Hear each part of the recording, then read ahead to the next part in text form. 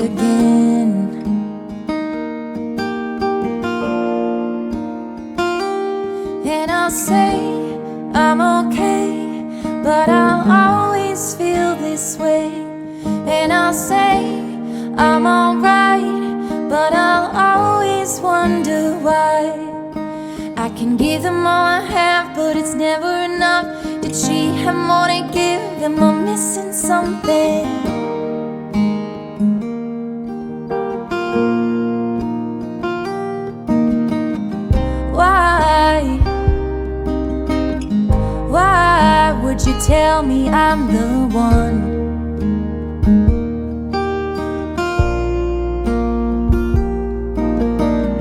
Just for you to go and tear this whole thing up.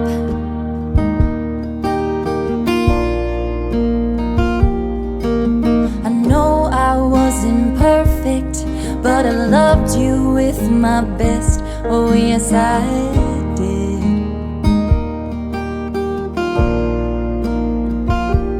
And I'll say I'm okay, but I'll always feel this way. And I'll say I'm alright, but I'll always wonder why. I can give them all I have, but it's never enough. Did she have more to give? Am I missing something?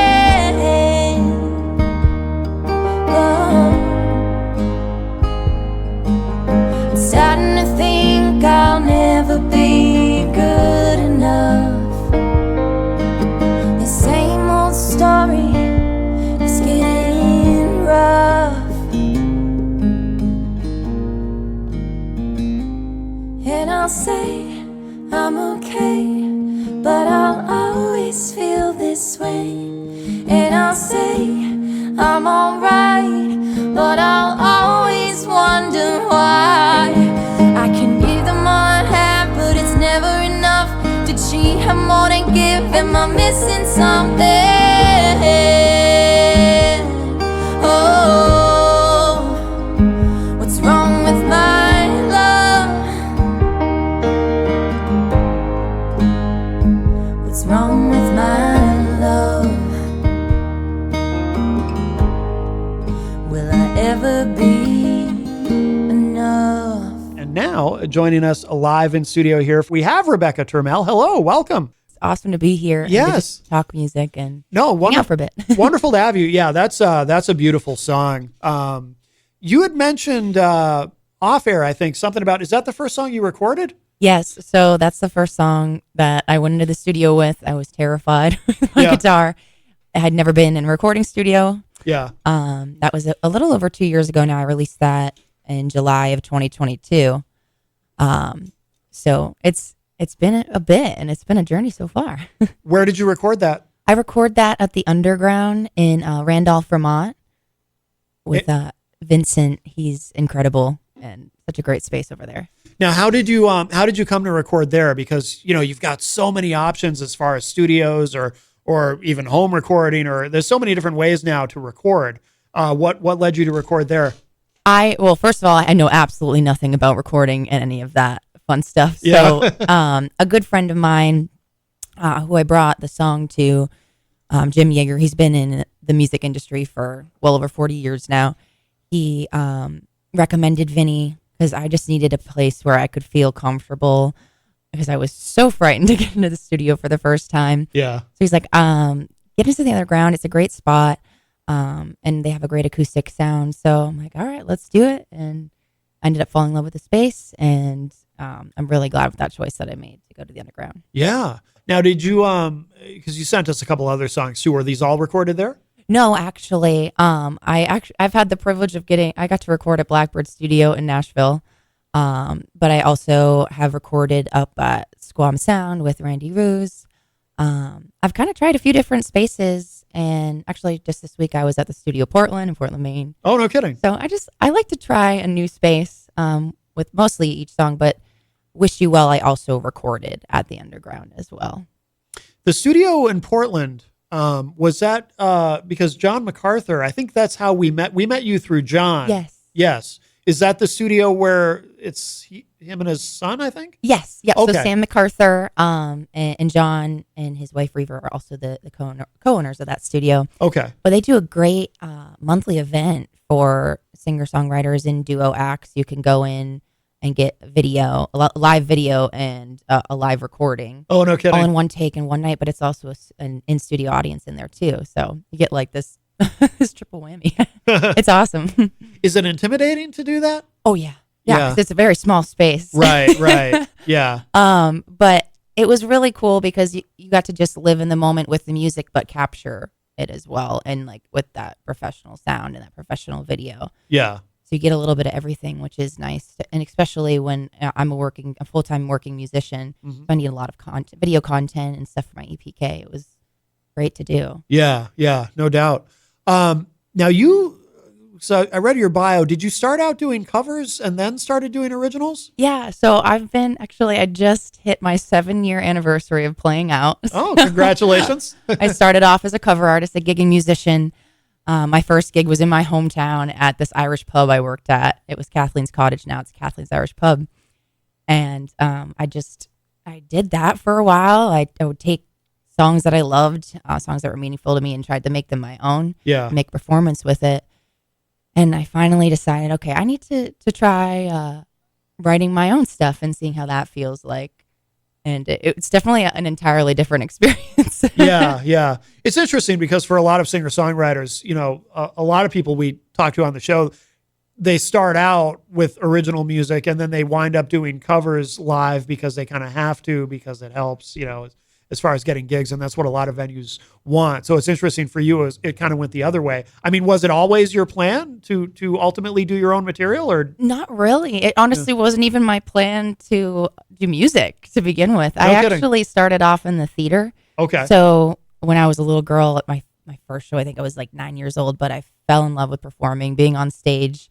And in college, I dabbled with my guitar in high school, but I didn't really do much with it. Yeah. I picked it back up and started playing songs and went to some open mics with some friends, some other theater kids, and because it's just fun to do that stuff. And Yeah.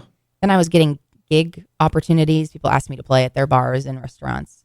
And it's just flourished into this whole journey of not only musical discovery, but self-discovery as well.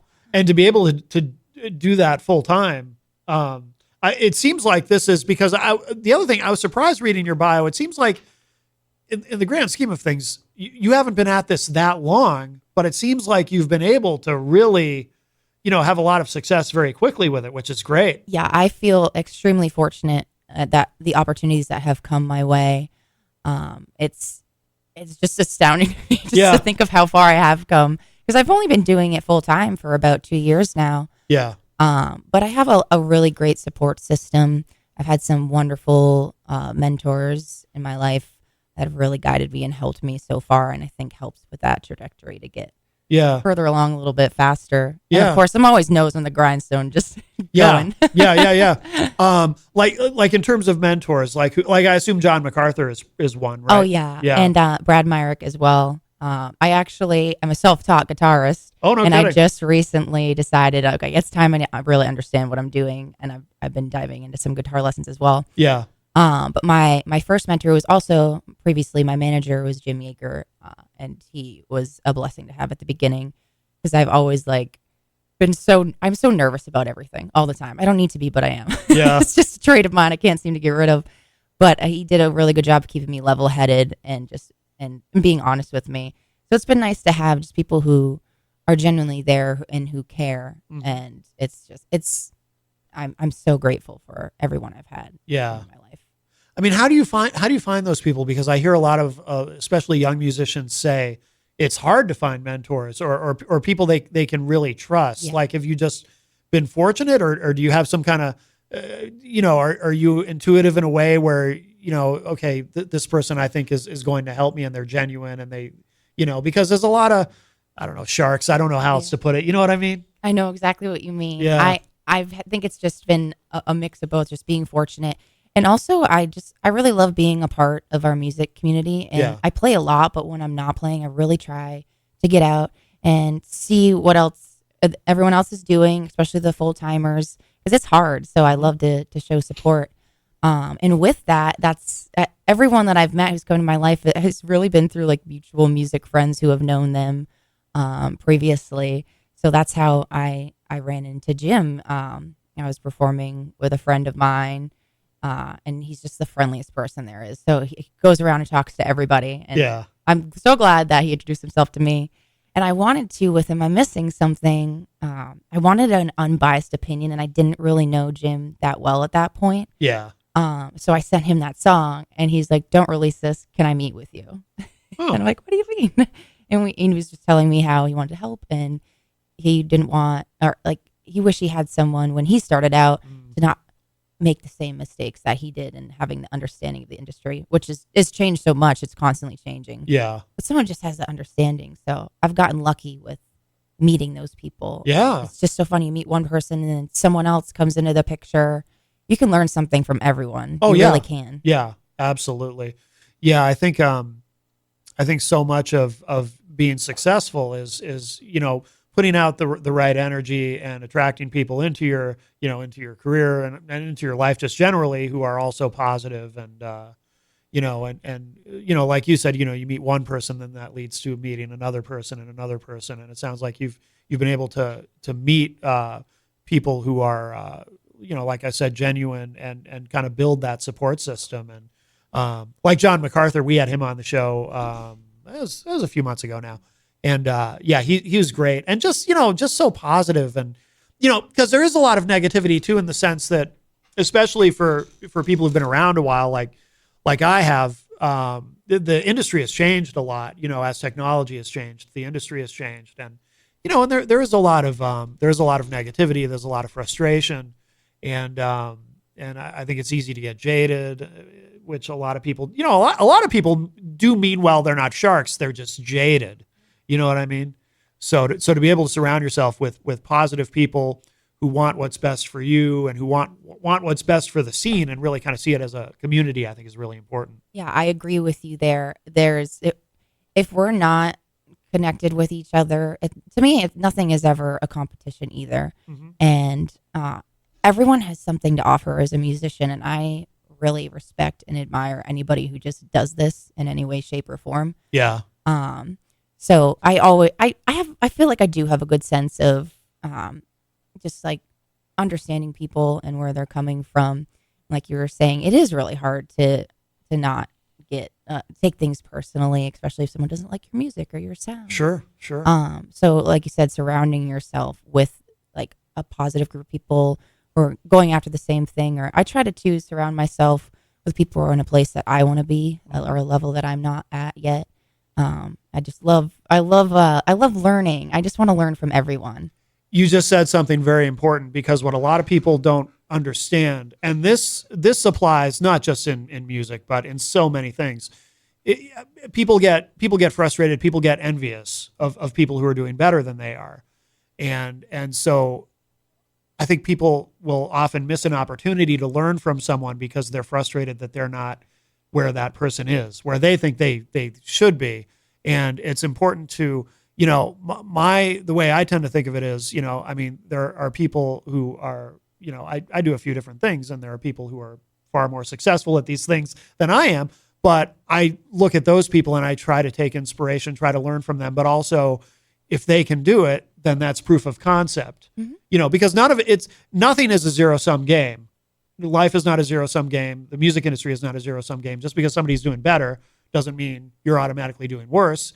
It's an opportunity for you to learn from them and to kind of maybe try to model what they do or follow their example, whatever it is, or just you see them succeed and it's like, okay, well, if they can do it, I can do it, and to really kind of remember that and keep that in mind. Oh, definitely.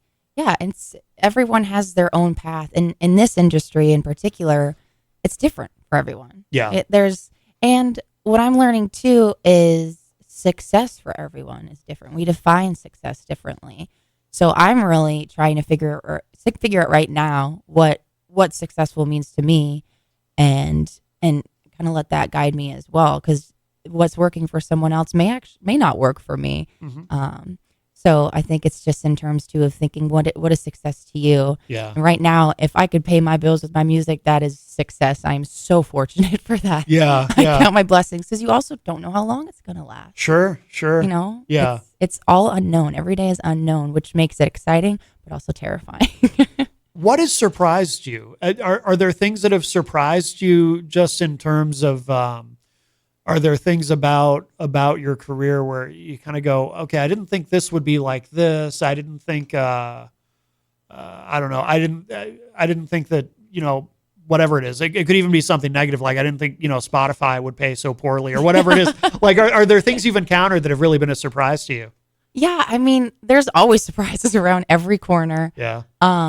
But with this, I think I've just been really surprising myself. I didn't really realize what I was capable of, because I'm always such like a nervous and shy person. I look at myself as like an introverted extrovert. Like I actually have a really hard time with performing, which has always surprised me because I loved theater and being on stage. Yeah. But that was now that I think about it, probably the first most kind of like shock factor for me when I got on stage for the first time with my guitar. I'm like, oh, I'm not a character. I'm not playing somebody. Oh, interesting. This is me. Yeah. And you can't act. Right. Unless you want to try to be a different persona. Yeah. But it's a goal of mine to always be as authentic, and just be myself, and hope that's enough. Yeah. But that was really shocking to me to just be like, whoa, it's a completely different game than I thought it was. Yeah.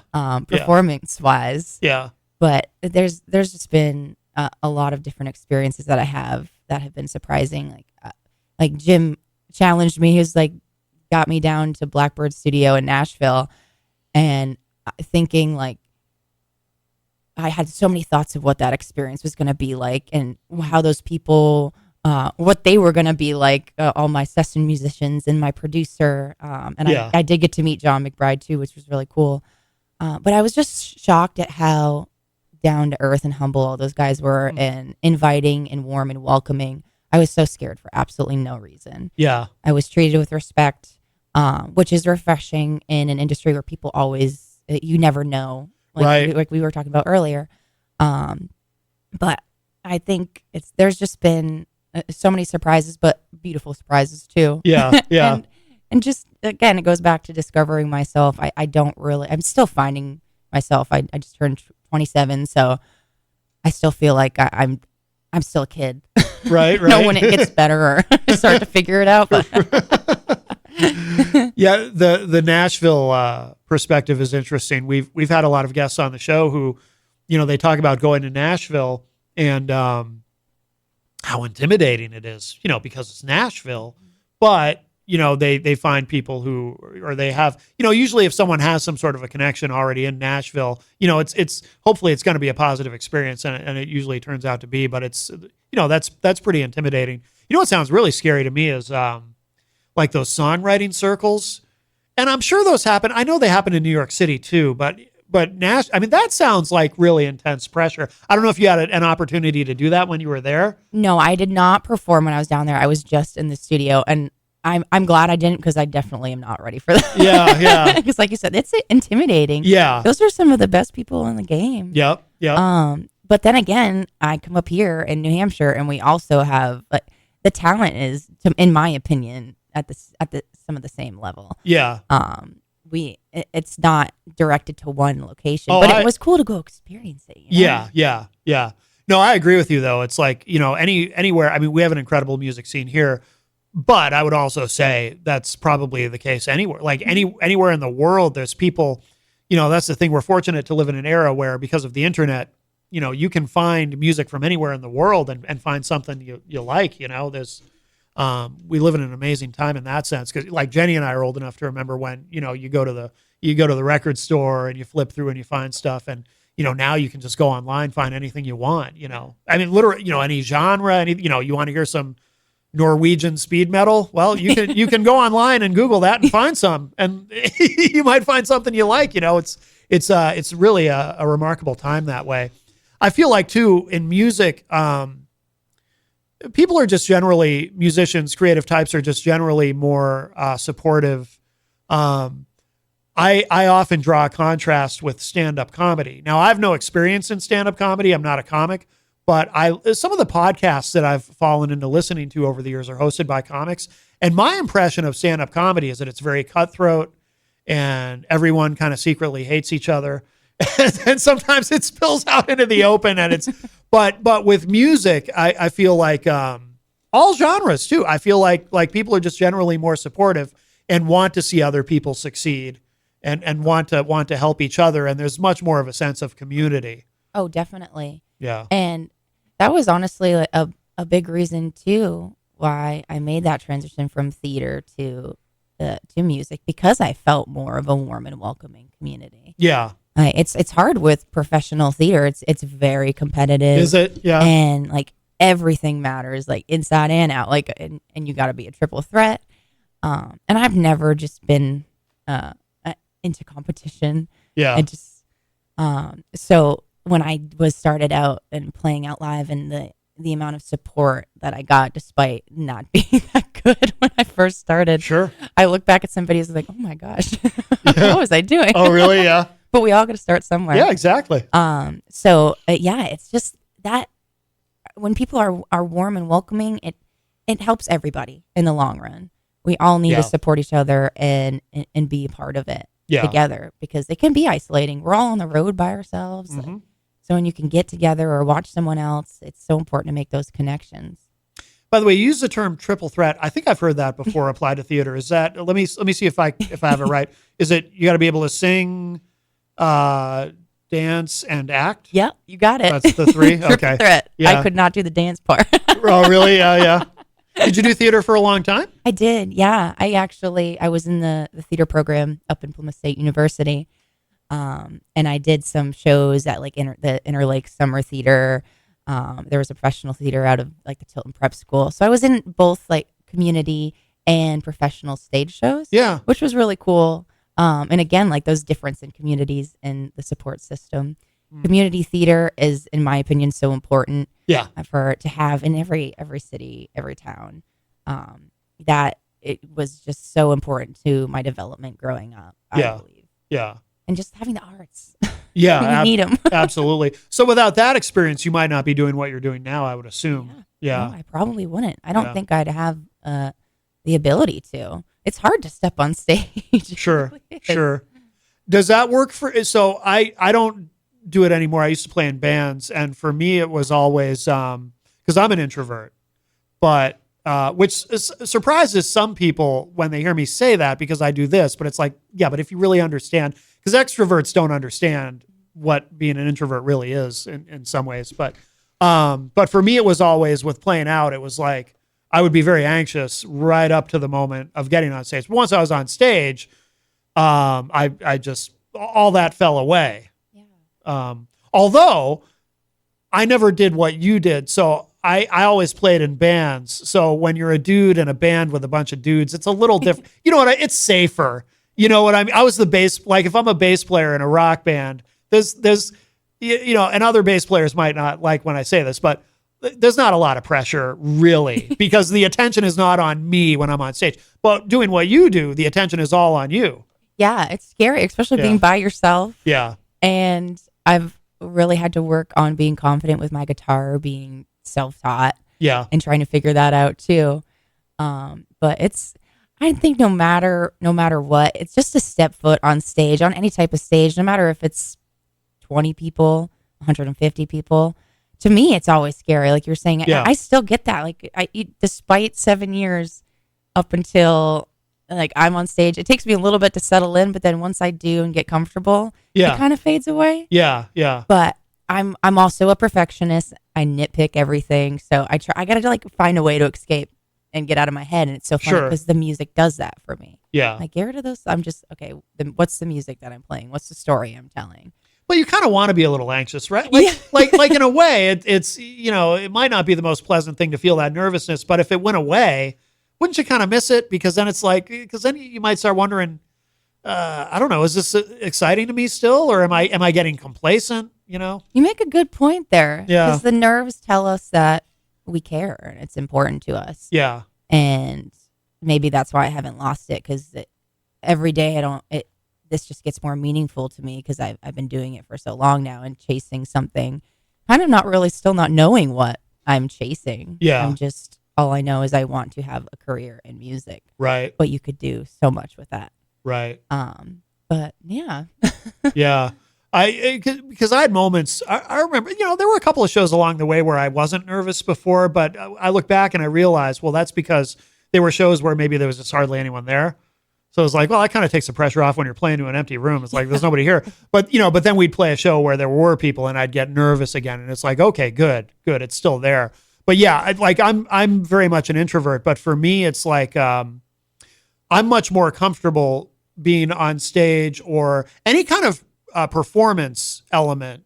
That's where I feel the safest, whether it's being on stage playing in a band or being behind a microphone doing a radio show or public speaking doesn't faze me at all. I actually enjoy it. I feel more comfortable speaking in public than I do just having a conversation with somebody. And I mean, I used to be very socially awkward, but I dealt with that, but ultimately, like, this is where I feel the safest, behind this microphone. You know what I mean? Does that make sense? It sure does. Yeah. I know exactly what you mean. And people don't understand it that don't do it. Yeah. Like, what do you mean you're scared to get there? Or you sing so well, or you've been doing this for so long. And I'm like, it doesn't matter. Every time I'm still just so terrified. Right. Like, I actually had the first opportunity to open for someone, thanks to the New Hampshire Music Collective. Yeah. John MacArthur. I got to open up for John Gorka at the Bank of New Hampshire. Oh, no kidding. And it was incredible. And I really didn't think I was trying to keep myself calm because I knew I was going to be nervous. Yeah. And I got up there. All I had to do was play for 20 minutes. I play for 3 hours almost every day, all the time. Yeah. Yeah. But I got so incredibly nervous. I had to run off stage and immediately throw up. No that's kidding. how much I was worked up. Wow. Thank God nobody could tell. You mean at the end of the set you had to go? Yeah. Oh, wow. And thank God so I had to run around the corner. Yeah. And in my head, I'm like, why am I so scared? Yeah. Because I have been doing this so long. And it was my own. I'm wondering if it was my own music. But I'm just finding that maybe it's just for me, but I don't think it's going to go away. Those nerves are always going to be there. Yeah. But I care so deeply. And I also just want to create an experience for anyone that's at one of my shows, Yep. even if it's just to escape or to get out whatever you're feeling, that heartbreak they just went through. Yep. Sometimes you just need to hear that sad song or something. Yep. But yeah, I think I will forever be nervous. Yeah. Unfortunately. Have you gotten open for anybody else like that, like John Gorka? Have you... No, that's it so far. Yeah. Yeah. So yeah. I hope to. That's my goal yeah. in the future, to do more of that. I really enjoyed it. Do you have like a kind of a dream idea of who you'd really like to open for? Is there someone you just think would be fantastic to? Would love to open up for Liz Longley. So she's one of my favorite singer-songwriters of all time. I'm not familiar with her. She, I think she's from Pennsylvania, but she's in Nashville. She's kind of like an Americana artist, but she does a little bit of everything. But I saw her live at the Tupelo Music Hall.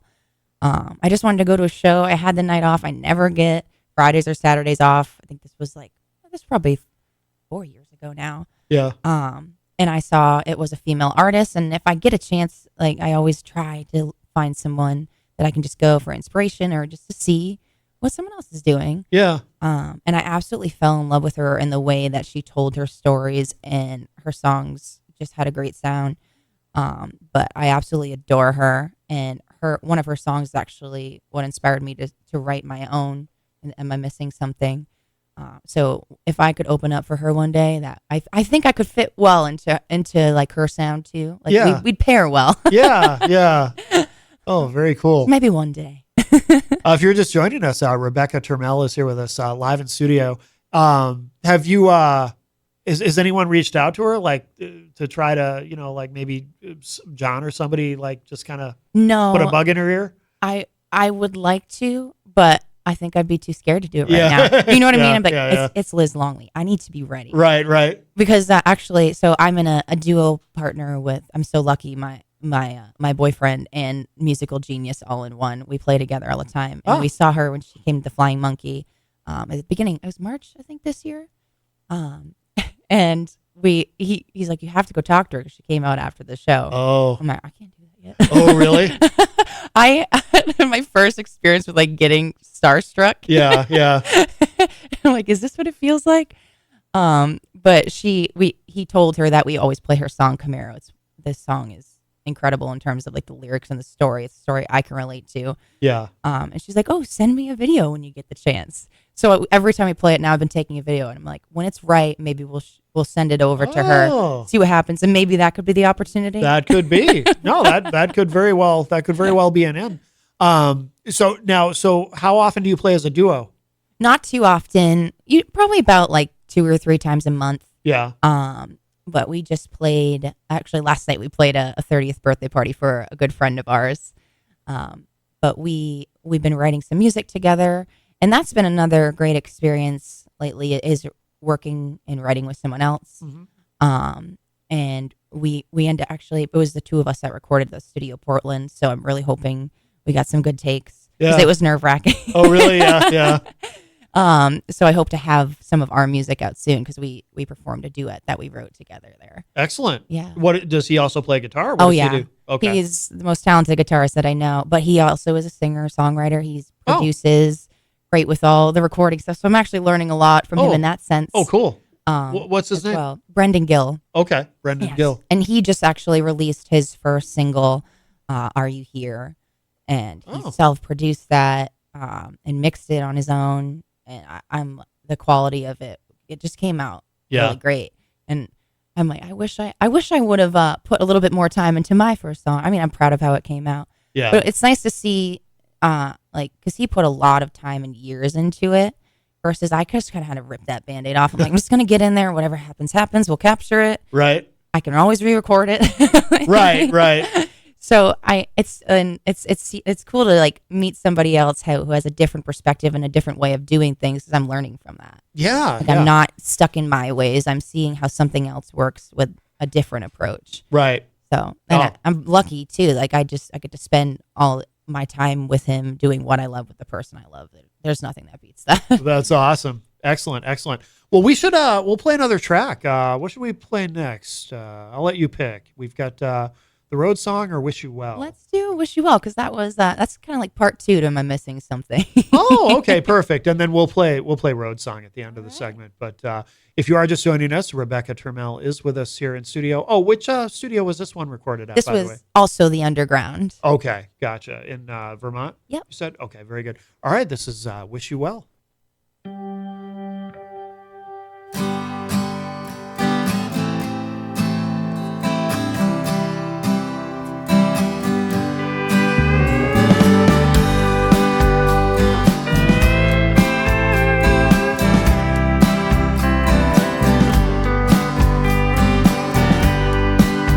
I did everything I could do to try and hate you.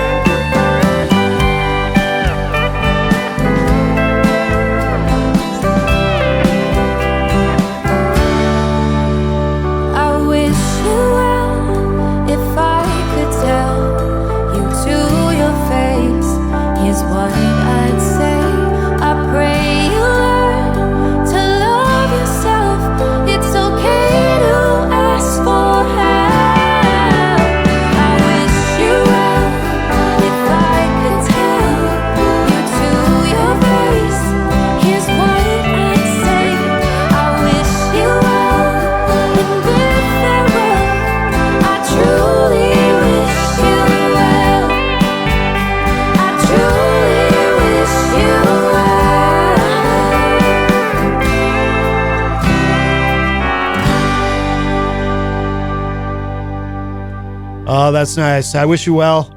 Rebecca Turmel is here with us live in studio.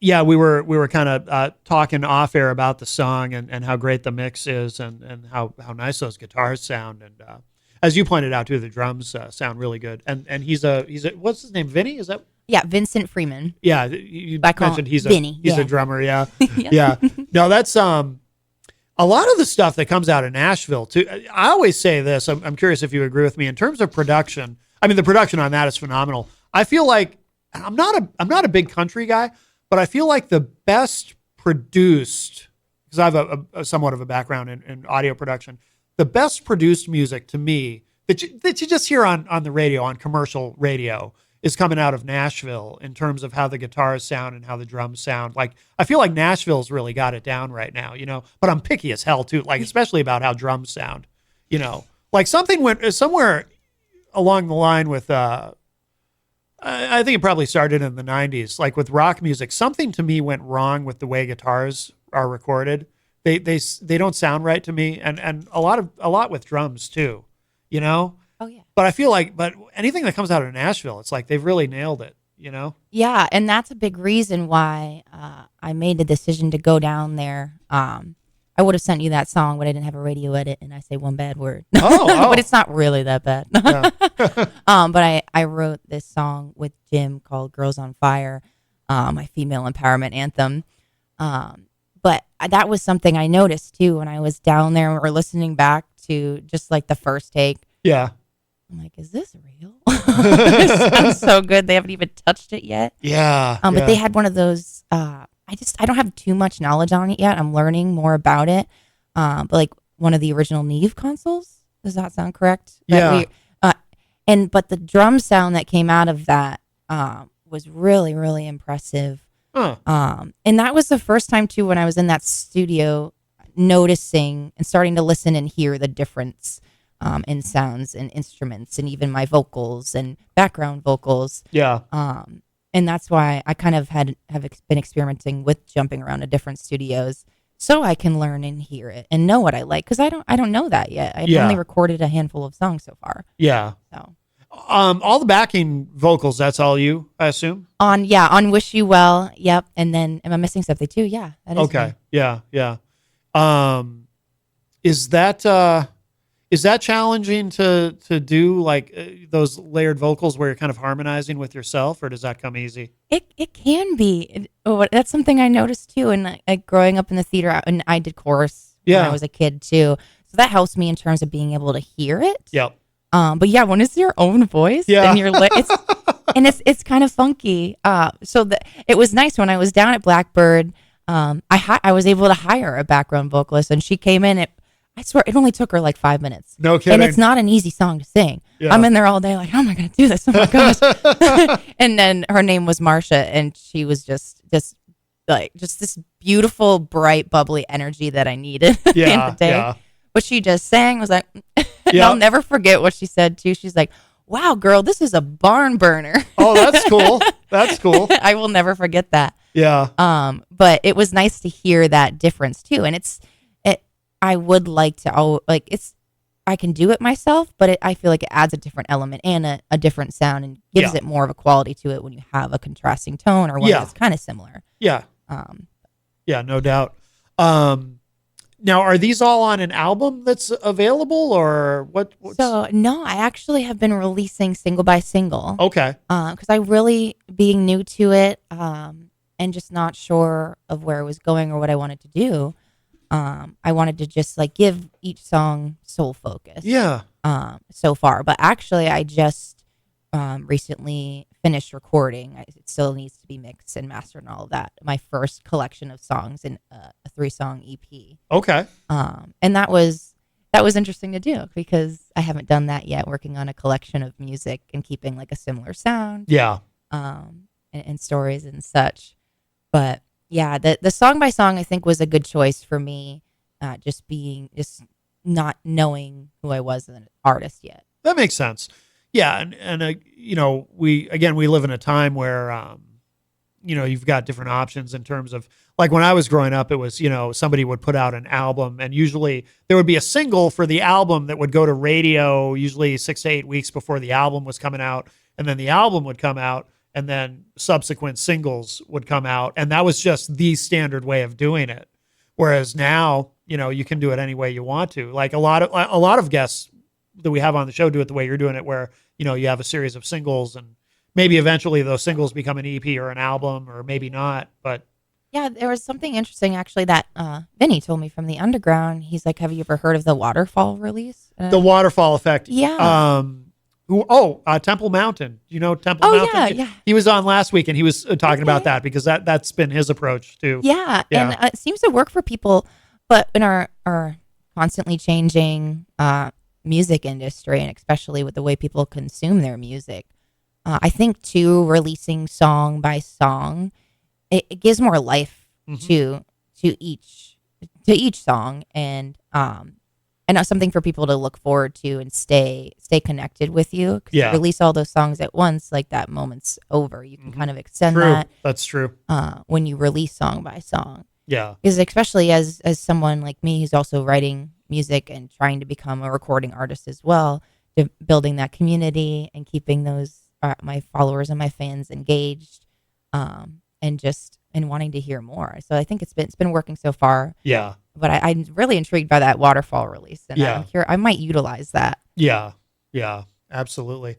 The time goes so fast. So what's kind of your what do you see as sort of the long-term trajectory, or do you know, like, do you have kind of a plan in terms of are you going to, or maybe I don't know, have you done a national tour or? No, but I would love, even it's just around New England, just to go out, perform some shows, singer-songwriter style, just me and my guitar, and tell my stories. Yeah. But my ultimate goal, like I just love being in the studio and creating. And I've always wanted to look into what it would be like to write for other people as well, because I just love writing and creating and being in that process. Like, being in the spotlight is not really what I want necessarily. Yeah. I just want to create the music and create something meaningful. Oh, okay. So it's so funny, and it feels weird to say this, but if I didn't have to perform again, I'd be okay with that.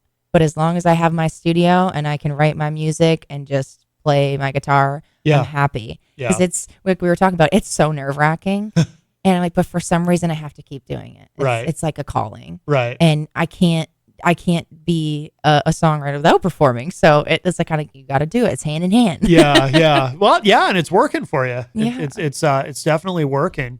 Have you you mentioned earlier too, because our audience, we know this industry, people who listen, there's also a lot of musicians who are, trying to make their way. Do you have any advice for someone, because you've been able to really make some leaps and bounds in a short time? Do you have any advice for someone who's maybe starting out, maybe a singer-songwriter starting out? The worst thing you can do is compare yourself to those around you. Like we were saying earlier, it's not a comparison. Use it as a learning experience. Yeah. You are your own person. You have your own perspective and your own voice. So trust that that's enough. I didn't at first, and it's hard to ignore all the noise, so to say. Sure.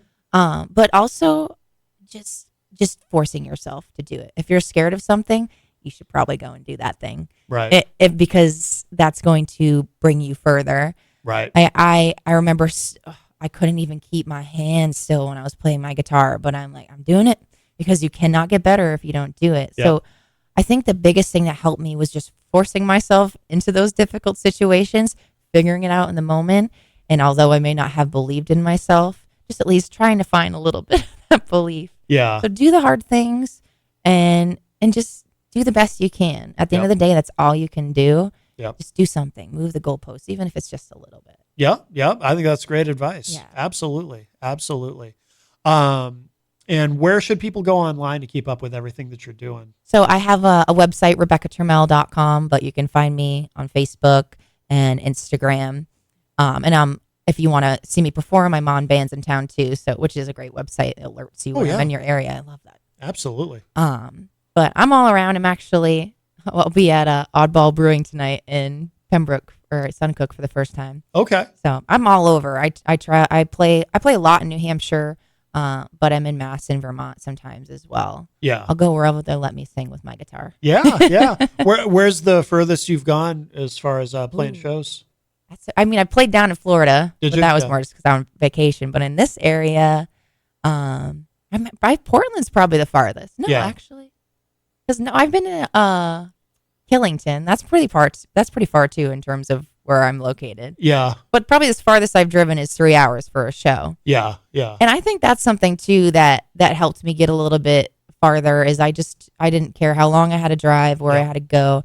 Just if I had the gig opportunity, again, getting that experience, that helped me out tremendously. I'm like, I'll take it. I'll drive. I can do it. Well, that reminds me of what we had Frank Gallagher, Plague Dad, rather, on with us during the first hour. He's from Portland, and he was saying, just play out as much as possible, which is interesting too, because some people, it tends to be more though people in bands, people in like 4-piece rock bands who say, yeah, you actually don't want to play out too much because you risk oversaturating, but I always, when I used to play, I always just wanted to play as much as I possibly could. That was my kind of ethos about it. Just get out there and play as much as you can. I mean, I think, if you're playing the same bar every single week or something, you can oversaturate, but you also want the experience and seize every opportunity to get out there and because it's not, the other thing too that I think some people miss is it's not just about being in front of audiences. It's also about making those connections. You might go play to a room where there's only a couple of people there, but one of those couple of people might also be a musician, and they might be interested in what you're doing, or they might do something else in the scene, and they want to connect with you. And so there's always opportunities, and you miss all those opportunities if you don't take them. Yeah, and you never know who's going to be in the crowd. Yep. I never if there's a venue that I always try to play each place that reaches out to me, despite maybe other judgments people have about the room or whatever. I always try to get my own opinion. I think everybody deserves the benefit of the doubt, but you never know who's going to be there. I actually, this past summer, I was playing at Shoppers Pub in Manchester, and Godsmack's guitar tech and manager were eating dinner. Yeah. I was playing, and he ended up giving me VIP passes to go see the show. Oh, nice. And I'm just like, in Shoppers Pub? Okay. This is so cool. Yeah, you just never know. You just never know. Well, Rebecca, thank you so much. Rebecca Turmel here with us in studio this morning. This has been wonderful. In a moment, we'll close out with the Road song. Anything we should know about this one before we play it, Rebecca? So this song, it's fitting we're ending on it. Especially after everything we talked about. This is like my homage to all my other full-time musicians out there. Oh, cool. And this is a song that I wrote with Jim Yeager, and probably the one I'm most proud of so far. We actually have Jackson Brown's guitarist Val McCullum on this track. Oh, no He's kidding. local to Vermont. And I said, it just captured the essence of the road, and he sure did. So. Oh, very cool. Yeah. Very cool. Perfect way to end. All right, here it is. Rebecca Turmel. This is called The Road Song.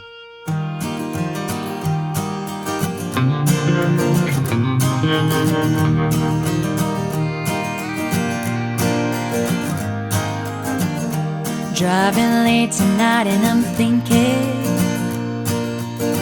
what brought me to this place so far? I sing for people eating and drinking. They put their money in my jar. Life gets lonely on the road, from town to town around my world. And when they've killed the lights, I'm finally heading home tonight. My heart is free and I sing my soul out on the road.